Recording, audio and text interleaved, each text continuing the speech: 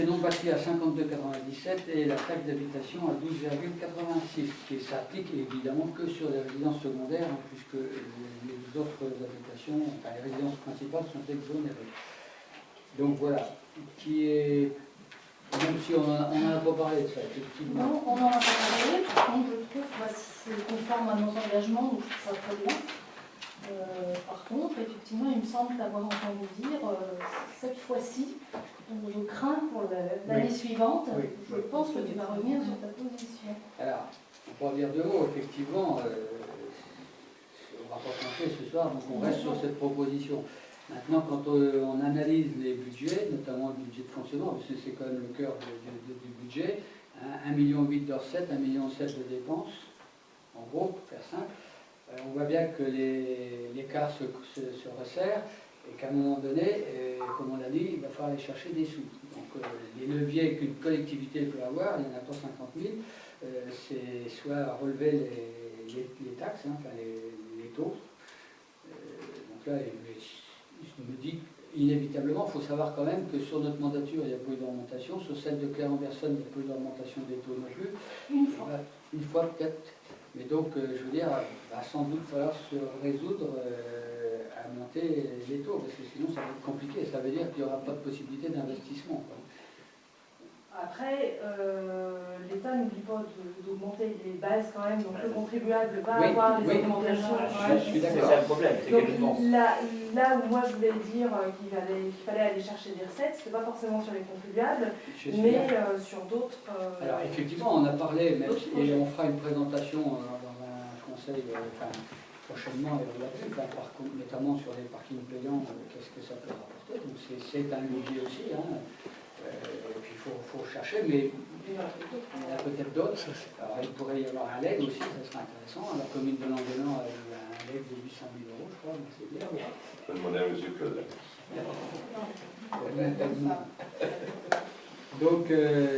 Donc voilà, donc pour cette année, donc est-ce que qui est pour qu'on maintienne les taux tels qu'ils sont?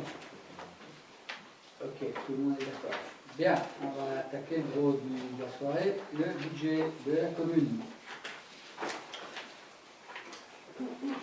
Alors, par délibération, donc en date du 24 octobre 2023, le Conseil municipal a décidé de passer à la nouvelle norme comptable M57 à compter du 1er janvier 2024 au lieu de la M14. C'est toujours aussi compliqué, c'est soi-disant de la simplification, mais à mon avis, ça n'en est pas vraiment. Donc pour information, l'instruction de la nomenclature comptable M57 donne la possibilité au maire, sur autorisation du conseil municipal, de procéder à des virements de crédit de chapitre à chapitre au sein d'une même section, dans la limite des 7,5% de dépenses réelles de chaque section, à l'exclusion des crédits relatifs aux dépenses de personnel.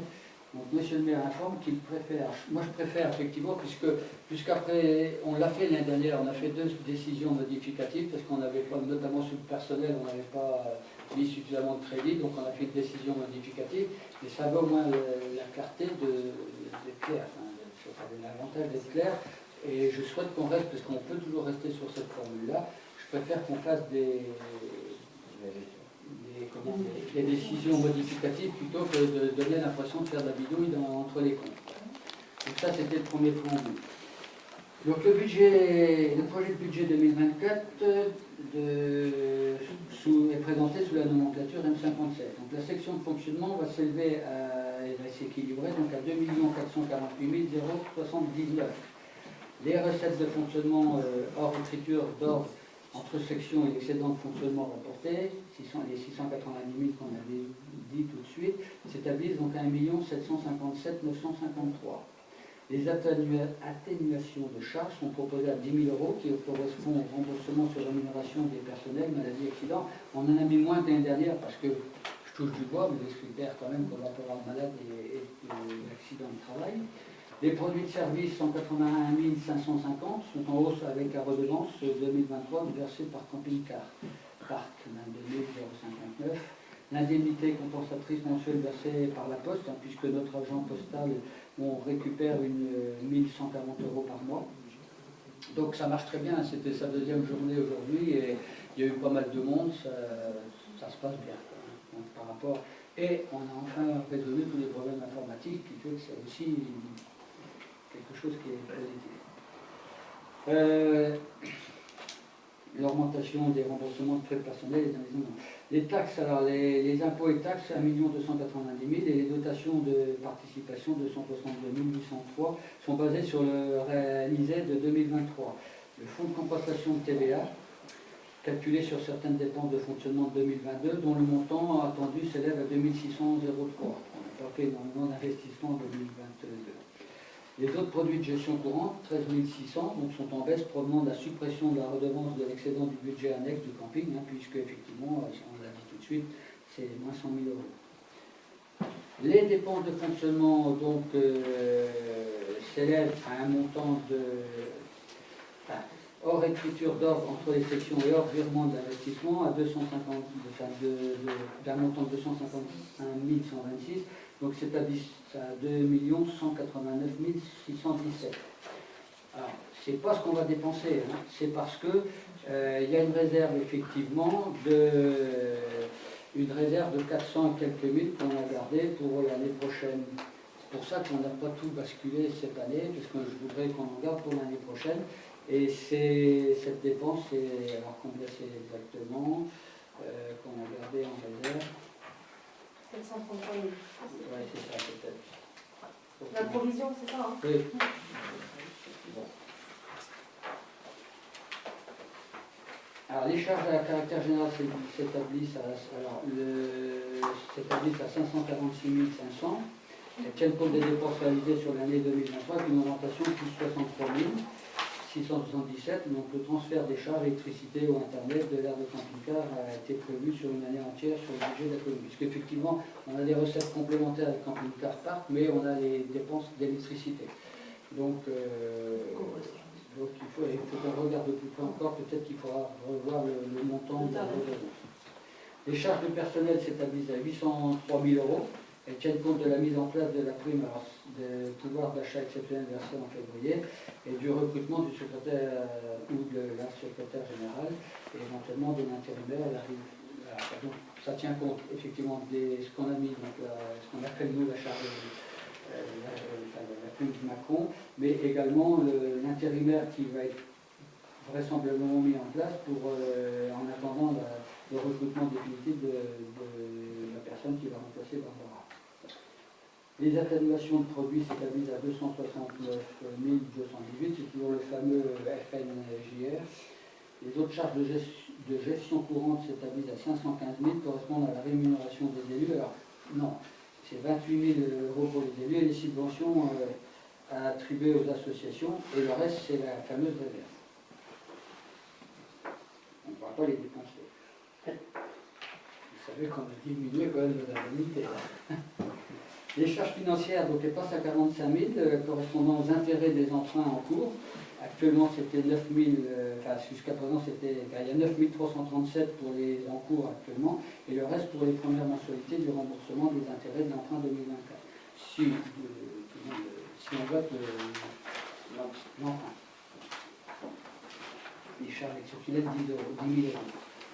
Donc, y a-t-il des questions déjà sur la section, donc, les recettes et les dépenses sur le budget fonctionnement? Oui, moi la question principale, ça va être, je dirais que c'est un peu le même reproche que je fais par rapport aux virements de section sur lesquels on n'avait pas été interrogé. Là, c'est la même chose. Pourquoi est-ce qu'on met 430 000 de réserve, sachant qu'on a un besoin en investissement? Alors, effectivement, il y a cela. Alors, il faut savoir que cette année, on va le voir après, mais le budget d'investissement, on va monter un peu plus de 2 millions, avec les restes à réaliser, puis la fin du boulevard, et les différents, et on va le voir dans les détails, mais les différents investissements qu'on va faire. On a fait un virement de 200, on va faire, vous allez le voir après, on va faire un virement de la section fonctionnement, mais pas de la totalité de la réserve, effectivement. Mais si on fait, moi j'ai essayé d'extrapoler aussi sur l'année prochaine. L'année prochaine, on va avoir un certain nombre de travaux à faire, alors qui sont loin d'être listés dans leur totalité, mais il va falloir, on va être évidemment amené à faire des aménagements autour des logements sociaux, puisqu'il va y avoir de la voirie, il y a un réseau de pluvial à monter, etc. Il y a une étude qui a été faite, une estimation qui a été faite par Cervical d'un montant de 367 000 euros.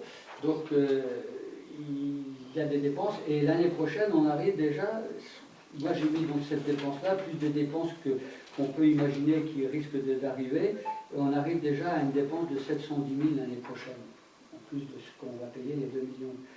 Donc on voit bien que si on ne fait pas notre emprunt, si on cumule le budget de cette année et le budget de l'année prochaine, si on n'a pas un emprunt d'1,3 million, on ne boucle pas.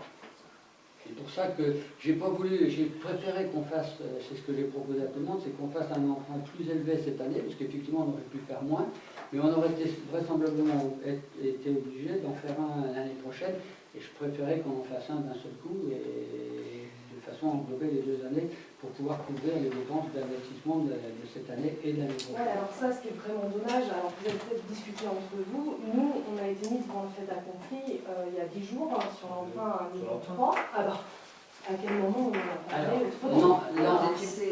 L'emprunt, si vous voulez, alors on n'en a jamais parlé en réunion de conseil, parce que ça n'a jamais été à l'ordre du jour. Par contre, lorsqu'on a toujours travaillé, et Dieu sait qu'on a fait un certain nombre de commissions sur l'aménagement du boulevard et tout, j'ai toujours dit, et pas à la nouvelle équipe, je l'ai dit à la nouvelle équipe qui ont été élus Dès qu'on est dès que vous êtes arrivé, je vous en ai parlé, mais c'était déjà dans les cartons de la du début de la mandature. Ce qui paraissait logique. Parce que moi j'avais fait un gros tableau sur l'ensemble des investissements, parce qu'on avait un programme qu'on avait listé avec des chiffrages, alors certes un peu à la louche, puisque le boulevard on était parti sur 1 million d'euros, et puis finalement on déborde, malheureusement on déborde. Mais j'avais fait une projection sur toute la mandature, et j'avais dit si on veut tenir notre programme, si on veut l'aboutir, on sera obligé de recourir à l'emprunt. Effectivement, à l'époque, je parlais toujours d'un emprunt d'1 million. Et là, on s'aperçoit qu'il faut monter à 1,3 million. Ouais, dans ce cas-là, le projet du boulevard n'a pas été montré non plus de manière sincère, parce que quand on reprend les conseils municipaux précédents, à chaque fois, quand on faisait les demandes de subvention, c'était le delta, c'était de l'autofinancement. Et là, moi, ce qui me choque sur le budget en fonctionnement, alors certes, on met 400 000 euros de réserve, mais du coup, ça crée quand même un déficit de fonctionnement de 430 000 euros. Si on prend vraiment les recettes et les dépenses, on est sur un déficit à 430 000. Donc certes, avec des réserves de 400 000, mais effectivement, il n'y a pas... là où on se fait plomber, c'est que le boulevard, on était parti, et les estimations étaient parties... était moindre, effectivement. Donc la consultation, malheureusement, on est arrivé dans la période où on a subi des augmentations, notamment sur les matériaux. Hein. Les bitumes, c'est fait avec du pétrole. Le pétrole, on a tous connu les augmentations à la pompe. Enfin, le budget a été multiplié par 3, alors que Non, certes, il y avait de l'inflation, mais pas par 3. on est passé d'1 million à 1,6 million. 1 million. Alors, on avait prévu 1 million hors taxe, et là, on est sur 1,3 million hors taxe. Oui, c'est ça. Donc on a plus 300 000 hors taxe. Oui.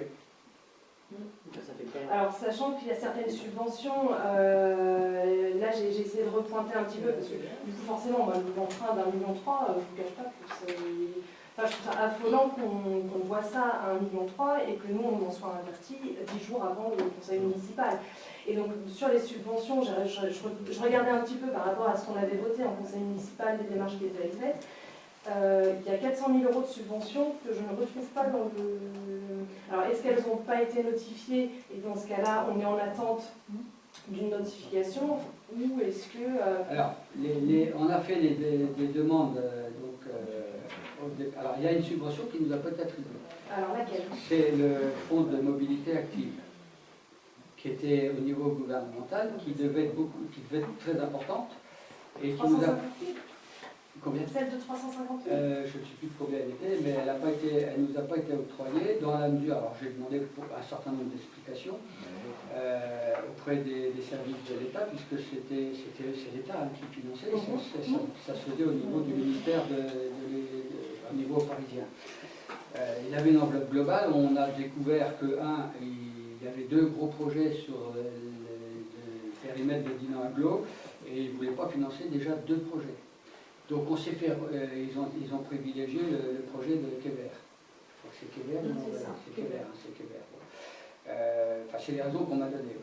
L'autre raison que l'on m'a donnée, c'est que pourquoi on n'a pas été, c'est que ça a pinaillé, parce que quand on a déposé le montage, le dossier, donc ça, ce fonds de mobilité active, on s'était basé, enfin le bureau d'études s'était basé effectivement sur les préconisations la demande de subvention était basée sur les préconisations, enfin, le bureau d'études s'est basé sur les préconisations du CEREMA et notamment sur les largeurs. Les largeurs et la fameuse piste cyclable. Qui était à l'époque de 2,50 m. Et il s'avérait que le CEREMA a changé, ils sont passés à 3 mètres, et du coup, à cause de cette 50 cm, on nous a sucré ce fonds de mobilité. Alors, moi j'ai téléphoné à la personne de l'Adréal qui est basée à Rennes, j'ai dit mais je ne comprends pas, pourquoi? Elle me dit qu'il fallait voir le projet autrement, il préconisait de faire un sens unique dans le boulevard de Bourgogne, je dis comment vous faites pour aller et revenir?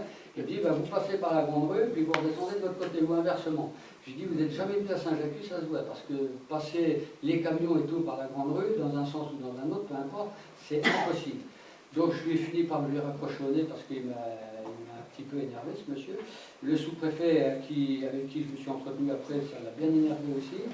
Et parce que lui, il a appuyé aussi. Mais bon, c'est fait attaquer. Donc, ce qui fait que l'État nous donne dans le cadre de la DETR 50 000 €, mais ce n'est pas le montant de ce qu'on avait estimé, quoi. Mais au départ, on ne devait rien avoir de la DETR. Ben, il y avait eu deux demandes différentes. C'était une demande modificative des 50 000. Oui. Oui. Alors, faut savoir que sur ce type de travaux que l'on fait au niveau du boulevard, si on avait fait 2 trottoirs et le boulevard, on aurait eu 0 centime de subvention. Le fait, alors, il faut quand même savoir que dans le cadre des rénovations de voirie, dans le cadre de la loi, je crois que c'est à l'UR, il y a obligation de faire des liaisons douces. Donc c'est aussi pour ça, et c'était aussi un de nos programmes, c'était de faire une piste cyclable. Alors, pas telle qu'on l'a fait, parce qu'au départ on voulait faire une piste cyclable que sur le boulevard, mais pas rénover le boulevard dans son entièreté, mais c'est ce que j'ai déjà expliqué, les fondations n'étant pas bonnes, la colonne d'eau qui a été mise en application, enfin, qui a été remplacée, a fait en sorte que la structure de la voirie s'est encore dégradée un peu plus, d'une façon plus complète. Et donc on a dit il faut tout faire, sinon ça ne va pas tenir. Bon. Maintenant, on a donc bien, et c'est pour ça qu'il y a 2 budgets, hein, il y a le budget global du boulevard, plus le budget de la piste cyclable, on l'a bien déconnecté pour pouvoir gratter les subventions. Et les subventions, les 272 000 € qu'on va avoir, je crois que c'est ça, à peu près ça, que l'on va avoir, si on n'avait pas fait cette fameuse piste cyclable, on n'aurait rien eu du tout dans le cadre de l'ONAM. Et on aurait eu le même coût. Donc là, si je comprends bien, on a effectivement 300 000 € de subvention qui nous passent sous le nez. Oui, tout à fait. Et ça, je l'avais déjà fait, ça. Ah si, pourtant je l'ai dit. Moi, j'ai pas percuté sur son montant au moins. Je savais qu'on avait des subventions en moins, pas d'un montant pareil. Je ne sais pas si le montant est aussi important, mais... Là, on avait voté en novembre 2022, on avait voté les demandes de subvention, l'État DETR 35%, 350 000 €. Oui, alors ça c'était... On n'a pas. Non, alors la DETR... C'est celle-ci qui a été transformée en 50 000. Là, voilà, c'est au départ, effectivement, la DETR, c'est les dotations des équipements pour les territoires ruraux. Il y a des pourcentages et tout. Donc, tout bonnement, avant de commencer à travailler, on avait estimé, c'était des estimations, ça. On avait dit, ben, il y a un pourcentage sur le montant, on s'est dit, et sur 35% sur le million qu'on escomptait, ça fait 350 000. Sauf que quand on a été rencontré le sous-préfet, il y avait Grégory qui était avec moi et Barbara, on nous a dit, mais attendez, moi j'ai une enveloppe, et l'enveloppe, je suis obligé d'en donner un petit peu, et c'est un peu à la tête c'est du clientélisme, hein, c'est à la tête du client, et il m'a dit, moi de toute façon, je ne vous donnerai rien du tout. Cet été dernier, septembre, voilà. On nous a dit, ben non, enfin, je ne peux pas refaire l'explication. Donc là, je suis retourné auprès du sous-préfet et je lui ai dit, écoutez, moi je suis en grosse difficulté parce qu'il nous manque des sous dans notre budget. Il nous avait pas, il nous avait certifié qu'on allait l'avoir. Et il nous avait certifié. Oui, c'est vrai, il était là. Mais en soi, dans l'établissement des budgets précédents, on ne met pas forcément compte des subventions pour valider le financement du boulevard du Bourget. On partait sur un autofinancé. Monsieur... non, quand tu pas notifié, tu ne mets pas dans le budget. Donc on pouvait l'autofinancer sans emprunt. Parce qu'à l'époque, effectivement, on voit bien, on a un bon million qu'on traîne déjà depuis... Ce qui n'est pas facile d'ailleurs à gérer, parce qu'on les reporte d'année en année. Ce qui fait que ça gonfle les chiffres, alors qu'en réalité, les recettes sont moindres, enfin, voilà. Mais on est obligé de les mettre à l'équilibre. Alors, nous, quand on avait commencé à travailler sur ce boulevard, rappelez-vous, on a fait appel à la DAC, une association en appui qui est financée par le département, et qui vient en appui. Donc, Dominique Bernard nous avait dit, en gros, vous partez sur 1 million de travaux. Et le million devait nous emmener jusqu'à la rue du Moulin, d'ailleurs. Oui, il nous avait dit, en gros, le budget, c'est à peu près 100 000 € par mois. Voilà. Donc, de ça, Donc on est parti là-dessus. Il nous a aidé à monter le fameux dossier de consultation des maîtres d'œuvre, parce qu'il nous fallait un maître d'œuvre. On a pris l'agence Paulet et Cervical, qui eux nous ont rédigé le cahier des charges pour faire la consultation des entreprises, etc. Puis eux, ils ont fait leurs calculs, et c'est relativement pointu, puisque le cahier des charges avec l'estimatif qu'ils nous ont fait, à quelques centaines d'euros, c'était quasiment ce que l'entreprise, quand on a retenu, nous a donné. Mais effectivement, ça a monté puisqu'on arrivait à 1,3 million, 1 345 000 à peu près. Bon, c'est pour ça aussi qu'on n'a pas dit jusqu'au bout là-bas. Et c'est pour ça qu'on a dit on va faire avec. Et puis, ils sont venus se greffer à ça tout un tas d'études, les diagnostics biopluviales, l'étude géothermique sur l'amiante, parce qu'il a fallu faire un calcul, mais c'est là le fort qui est fort de café, et ça c'est le problème de la France, c'est qu'il y a eu, lorsque les travaux d'adduction d'eau ont été faits, il y a déjà eu vraisemblablement cette étude amiante sur les goudrons, parce que c'est pour voir s'il y a de l'amiante dans les bitumes. Et s'il y a de l'amiante, c'est des coûts de traitement très importants, donc heureusement il n'y en avait pas. Mais l'étude, elle a quand même coûté, je ne sais plus combien, 6 700 balles quand même. Alors qu'elle avait dû être faite précédemment, mais moi j'ai dit, mais rapprochez-vous de la société qui avait fait, mais bon, il a fallu la repayer. Le relevé topographique, le géomètre, les investigations complémentaires de réseau, le coordinateur SPS, les insertions publicitaires, les aménagements. Enfin ouais, il y a eu tout un tas de trucs qui fait qu'on a monté en charge, et c'est pour ça qu'on a dérapé au niveau du financement. De toute façon, je ne voyais pas comment on pouvait prévoir des travaux comme ça sans faire un emprunt. Parce que sinon, je veux dire, après, on aurait bloqué les financements. À ce moment-là, ça va prévoir dans un plan de financement de on ne l'a pas inscrit dès le départ. C'est pas arrivé à la fin, au moment où il faut quasiment tout payer, qu'on dit, ah bah non, on fait un prêt d'un 1,3 million qui nous coûte quasiment 500 000 €. L'objectif, c'était de l'inscrire cette année, parce qu'on savait effectivement, puisque bon, on a fait sur les fonds propres toutes ces études, les investigations, etc. On a commencé à payer la première tranche les premiers travaux qui ont été faits à partir de septembre. On savait qu'on avait les financements. Mais j'avais toujours dit, moi, qu'à partir de, quand on va taper dans le dur, c'est-à-dire que le gros du budget va être sur 2024, on va faire un emprunt sur 2024. On s'est même posé la question avec Barbara l'année dernière, est-ce qu'on le fait en 2023 ou en 2024 ? Et on a dit non, parce que finalement, il y a les financements et on doit faire un emprunt que quand vraiment il manque les sous dans la caisse. S'il y a suffisamment de pour un projet spécifique, là, on a l'impression que c'est un emprunt qui va financer le manque de subventions pour le boulevard du Bourgeret, mais aussi pour financer un petit peu tout. Non, mais effectivement, l'idée, c'est on pourrait faire un emprunt moins important pour financer uniquement le boulevard, mais l'année prochaine, on va être bloqué aussi, parce qu'on voit bien que si on reprend la cagnotte qu'on a gardée volontairement dans le budget de fonctionnement, si on bascule tout, effectivement, on va faire un emprunt moins important. Mais l'année prochaine, on va avoir des travaux. Alors, bonne nouvelle quand même, c'est que le permis de construire va être déposé début avril pour les logements. Donc, on peut espérer que ça va démarrer. Et à partir de là, on va être amené à faire des travaux. Et l'estimation. La voirie, on ne la fera pas en 2024, on la fera au mieux en début 2025, printemps 2025. Oui, mais c'est pour ça, moi, je me suis projeté sur les 2 années qui nous restent à conclure, c'est 2024 et 2025. Et que quand je fais mon tableau que j'ai englobé les deux, je me suis dit, on ne tient pas, si on fait.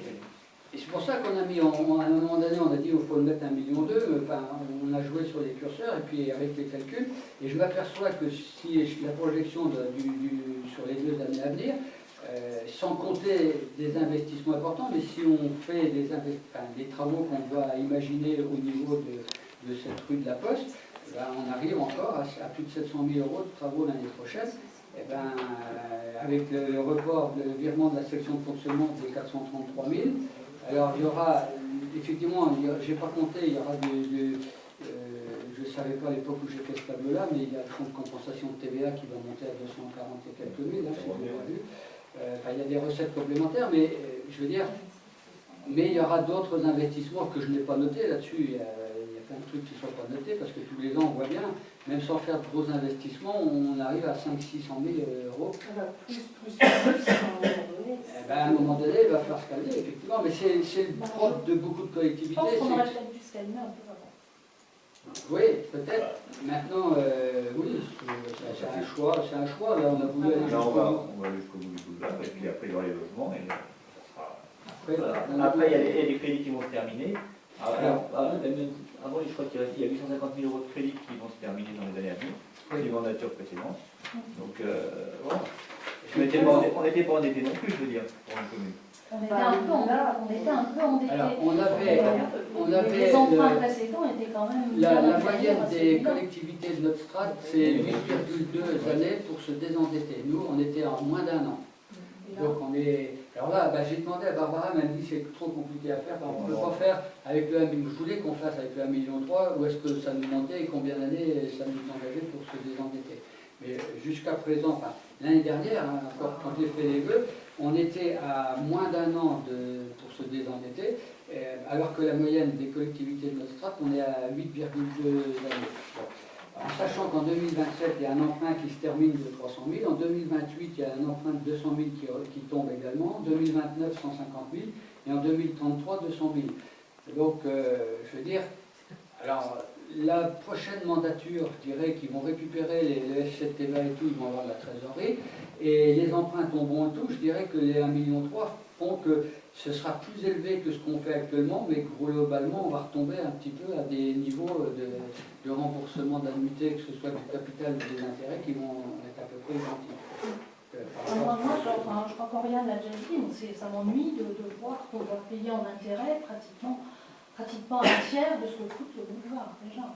500 000 euros d'intérêt sur 20 ans, c'est énorme. Alors, malheureusement, c'est pour ça l'année dernière aussi qu'on se posait la question, on savait que les taux étaient relativement bas, on savait que ça allait sans doute pas durer, et effectivement ça n'a pas duré, puisque les taux sont plutôt repartis à la hausse, ils sont repartis à la hausse. Si on l'avait fait il y a un an, les intérêts étaient moins, puisque l'intérêt de mémoire c'est 500 000, je crois, après. Alors on a fait une consultation auprès de 4 établissements bancaires, 2 nous ont répondu, Crédit Agricole et Crédit Mutuel. On verra ça après. Mais on verra. Là on reste là-dessus, et est-ce qu'il y a autre chose à rajouter? Non, mais on ne l'a pas fait, on va continuer. Non, mais c'était intéressant et important de pouvoir discuter les uns et les autres. On en prend pour 20 ans, on peut poser quelques minutes à passer pour parler quand même. Je suis bien d'accord. Et c'est l'objectif de cette réunion. Quand vous avez dit que ça allait être c'était un gros budget, enfin un gros conseil, c'est important. Alors, sur l'investissement, donc ça on a parlé du fonctionnement. L'investissement, effectivement, il s'équilibre à 2 078 357, avec un reste à réaliser, donc c'était de 446 453 en recettes et 137 000 de l'année précédente. Donc les recettes d'investissement en dehors des écritures d'amortissement, 3 300 du virement de la section de fonctionnement des 255 126 et du solde d'exécution de la section d'investissement reporté les 165 000 qui étaient excédentaires, et de l'affectation de résultats d'exploitation, les fameux 143 000 qu'on a mis pour équilibrer les restes à réaliser. Les recettes d'investissement sont donc constituées du F7 TVA calculé sur les investissements 2020.